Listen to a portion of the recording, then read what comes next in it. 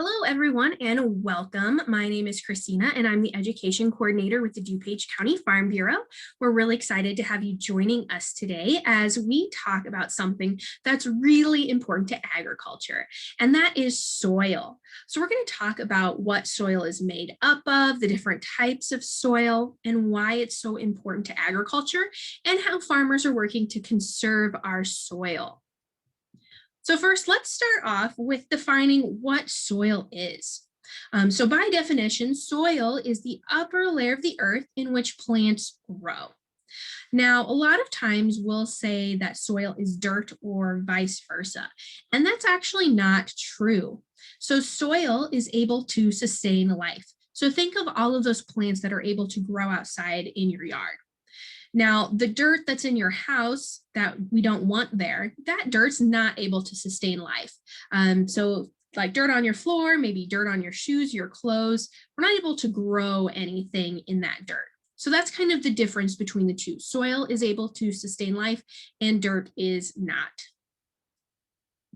Now, I have a question for your class. Why is soil important?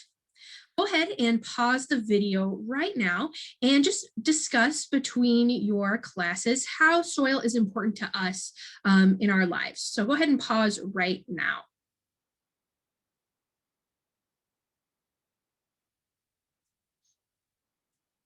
All right, so maybe you said that soil is important because this is where we grow our plants that we use for food for animals and us as humans. So without soil, we wouldn't be able to grow those plants that are able to feed us. So think of all of those plants that we eat, all the fruits and vegetables and grains, we wouldn't be able to have any of those. Same for our animals, they eat a lot of plants. And if we didn't have those plants to feed our animals, we wouldn't be able to get meat or any of the other things we get from animals, like eggs or meat or byproducts. So soil is really important for growing plants for food. It's also important because plants are actually giving us oxygen that we breathe. Without those plants, we wouldn't have enough oxygen to be able to survive. Soil can also help filter groundwater. So it's keeping our water nice and clean and fresh for us to be able to drink. And soil provides a habitat for wildlife. So all of those animals that live in the soil, maybe those insects or worms, or even animals that dig tunnels and live in the soil, or we have trees and plant life that animals live in as their habitat. And soil is the first step in growing all of those things. So these are some good reasons why soil is really important to us. Now, soil, is it a renewable or non-renewable resource? Give me a thumbs up if you think soil is renewable, or a thumbs down if you think soil is non-renewable. All right, soil is actually a non-renewable resource. So we know renewable means we're able to grow or make more of it in a certain amount of time. We're not going to run out, or it's unlimited. Whereas non-renewable, once we use it up, it's gone. Now we might think of soil as being renewable, but actually it's not. It takes between 200 and 500 years just to make one tiny inch of topsoil.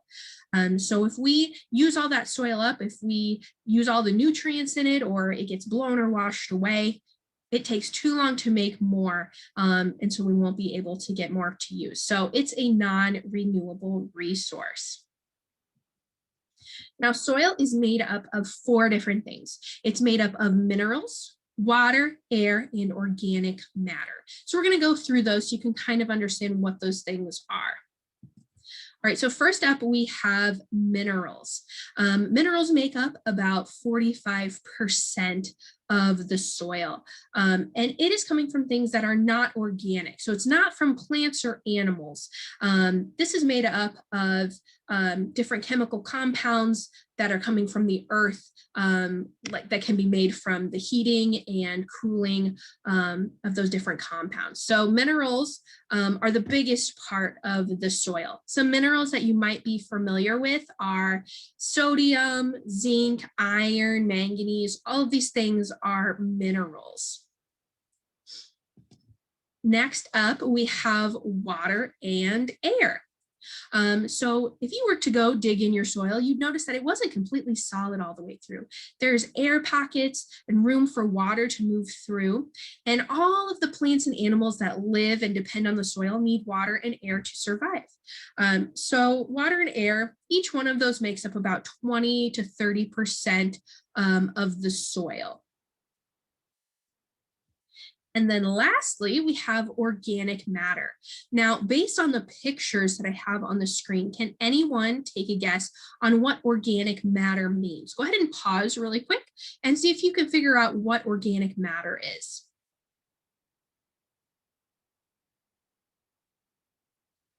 All right, so based on my pictures here, you may notice that these things are all either alive or maybe they were alive at some time. This is organic matter, things that are alive or they were alive. So things like plant roots, leaves, sticks, are different insects, maybe worms or things that live in the soil. All of these make up the organic matter. And as living things die and decompose, they actually put nutrients into the soil, which makes the soil nice and healthy for new plants and animals to be able to grow. Now, this is really important, but organic matter only makes up about 5% of the soil. So it's the smallest amount, but it's really important. Now, soil is made up of different particles. And so there are lots of different soil types. A soil type is a different mixture of these three things: sand, silt, and clay. There are about 75,000 different soil types just in the United States alone. And so soil might have more sand, or some may have more silt or clay, or it could be a different mixture of maybe just sand and silt or just silt and clay. So there's all kinds of different combinations that can be made up. Now in my picture here, you can see that these different soil particles are different sizes. So sand is the biggest particle, and then silt is the medium particle, and then clay is really, really tiny. Now sand, we've all been to the beach before, right? Now sand, if we were to look in our hand and pick up some sand, we could see the individual particles in our hand. So sand is the biggest, so we're able to see each individual particle. And it feels really gritty, kind of like sugar, if you were to rub sugar through your hand. And then we have silt. Silt is really fine and powdery. It kind of feels like flour, the flour that we bake with. So sand is really fine and powdery. And then we have clay, and you guys have probably done an art project with clay before. When clay is moist, it's nice and sticky. And then if clay gets hard or dried out, it gets really hard. And so that's clay. So all of our different soil types are made up of different mixtures of these three. So if you were to go out to your yard or garden, you could feel the soil in your hand. If it sticks together, you might have a really clay-filled soil. Maybe you could feel it is gritty, it's sandy, or it's nice and powdery. Maybe you have a lot of silt. So you can kind of determine what your soil is made of just by kind of feeling it. Now, loam is really the perfect mixture of these three particles. Loam is really good for growing crops in. So it's a good mixture of all three things that allow the water and the air to be mixed in for our plants to be able to grow. So in Illinois, we have really rich, good soil for growing crops. We have over 700 different types of soil. So you can see on my map here over on the right, the different soil types in different areas. So you can see places where maybe there's like a river or a stream. You can see that there's different soil types there, different soil types in the north versus the south. And so in Illinois, our state soil is called drummer soil. And it's really dark and rich and full of nutrients, which helps our crops to grow. So we're able to grow a big variety of different crops here because our soil is so good. Now, does anyone know what made Illinois nice and flat and our soil rich? There's a couple of different reasons. Go ahead and pause and think in your class about why Illinois, it has nice flat land and why the soil's rich. You may have studied this in science before.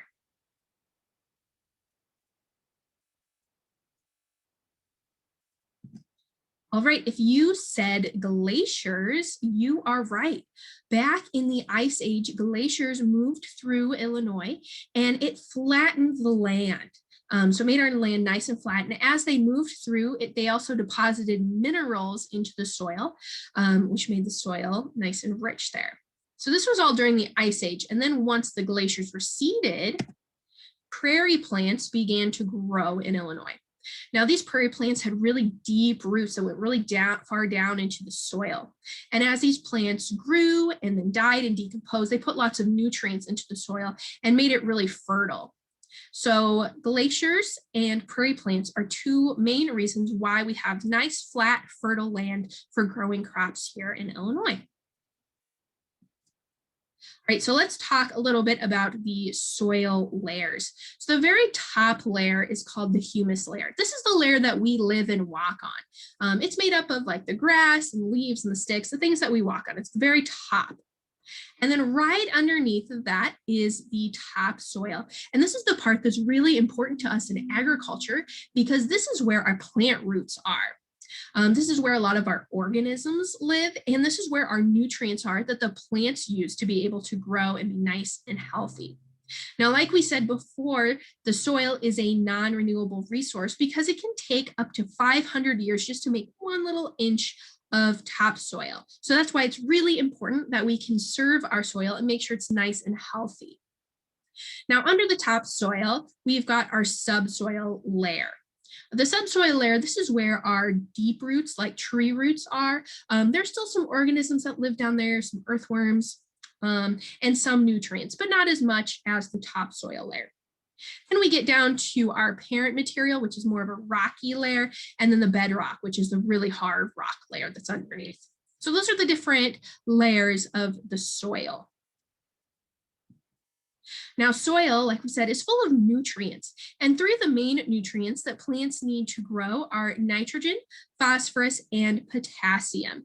And so these things are helping plants grow nice and healthy, helping them with photosynthesis, preventing diseases, all kinds of different things. Now, sometimes soil won't have enough of these nutrients to be able to grow healthy plants. So farmers will use fertilizers that contain these nutrients and put them on their fields to help their plants be able to grow. So think of sometimes if your parents put a fertilizer on your grass, and then your grass, it gets nice and green and lush and maybe thicker. That's what we're doing in agriculture too. We're putting these different nutrients into the soil to help our plants grow if the soil doesn't have enough of the nutrients to begin with. So nitrogen, phosphorus, and potassium are really important to plant health. Now, a big problem that we face in agriculture is erosion. Can anyone tell me what erosion is? Go ahead and pause the video and answer that in your classes. What is erosion?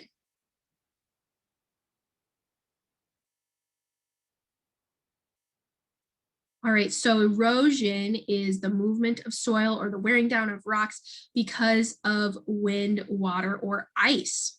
So you may have guessed it based on our picture here. This was a big rock that had been eroded by the wind and the water. So it's been washing that rock away, making that hole. Well, the same thing can happen in agriculture if our soil, if we get a lot of rain or a lot of wind, it can blow or wash our soil away. So it can be a really big problem. So I've got a video I want to show you. We'll just watch the first little piece of it just so you guys can see how water is able to move soil. So let's check this out.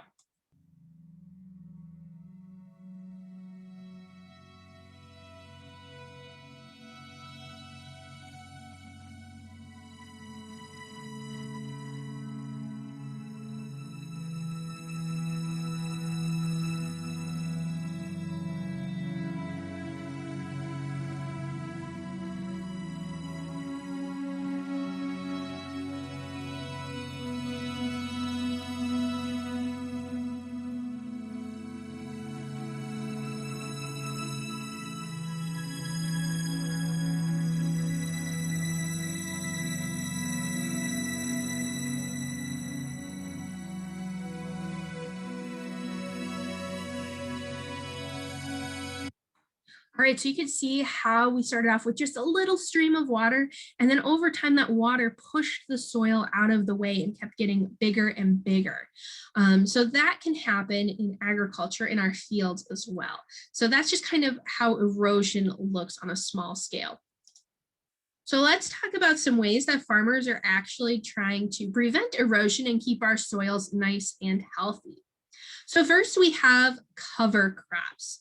Now cover crops are planted after our initial crop is harvested from the field. So a really good example of this here in Illinois is winter wheat. Um, a lot of our bigger crops like corn and soybeans are harvested in the fall time. And so then once they're harvested, that soil is susceptible to being blown or washed away. So farmers will plant winter wheat in the fall for it to start to grow and put down roots so that during the winter that soil is held in place. And then in the springtime, it'll continue to grow and then be harvested in the summertime. So not only does it help with erosion and keeping our soil in place, it also gives the farmers a secondary crop to be able to sell, which is really good.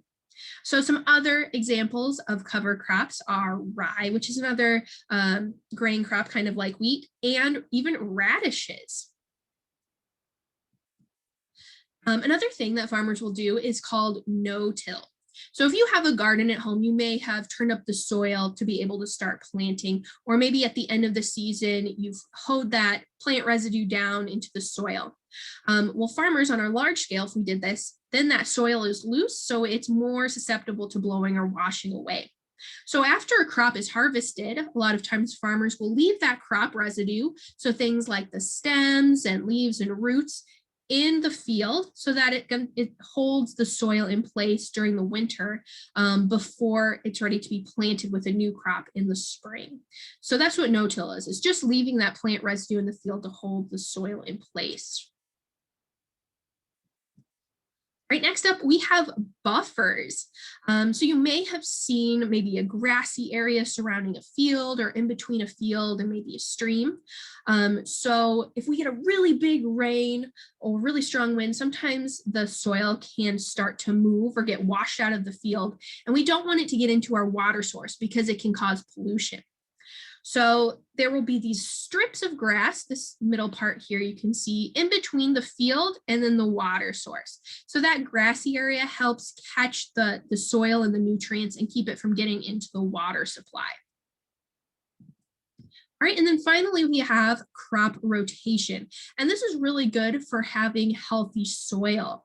So sometimes you will see a farmer plant maybe corn one year and then soybeans the next year. We do this a lot in Illinois with these two crops. So this is good for the soil because corn takes nitrogen out of the soil as it grows, and soybeans actually put nitrogen into the soil as it grows. So it's a good way to naturally keep our soil healthy and put nutrients back into the soil in a natural way.